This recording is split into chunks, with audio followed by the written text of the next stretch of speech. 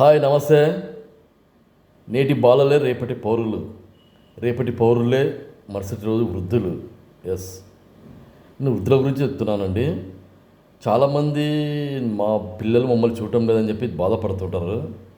మీరు అలా బాధపడాల్సిన అవసరమే లేదు, దిగులు పడాల్సిన అవసరం లేదండి. ఎందుకంటే మీరు కన్నారు, పెంచారు, పెద్ద చేశారు, పెళ్ళిళ్ళు చేశారు, సెటిల్మెంట్ చేశారు. ఓకే, అది మీ బాధ్యత, మీ కర్తవ్యం నెరవేర్చుకున్నారు. వాళ్ళు మిమ్మల్ని చూసుకుంటే సంతోషం.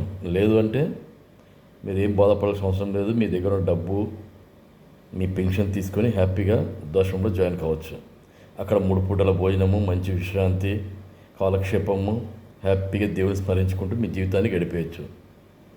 ఇకపోతే పోయినప్పుడు మాత్రం వస్తే మీ వాళ్ళే వస్తారు, ఆ కార్యక్రమాలన్నీ చేస్తారు. లేదంటే ఆశ్రమం వాళ్ళే చేస్తారు. చేయడం ముఖ్యం, ఎవరు చేస్తే ఏం చెప్పండి. సో అర్థమైంది కదండి. మీరు బాధపడాల్సిన అవసరమే లేదు. ఆ పని చేయండి, హ్యాపీగా ఉండండి. ఓకేనా?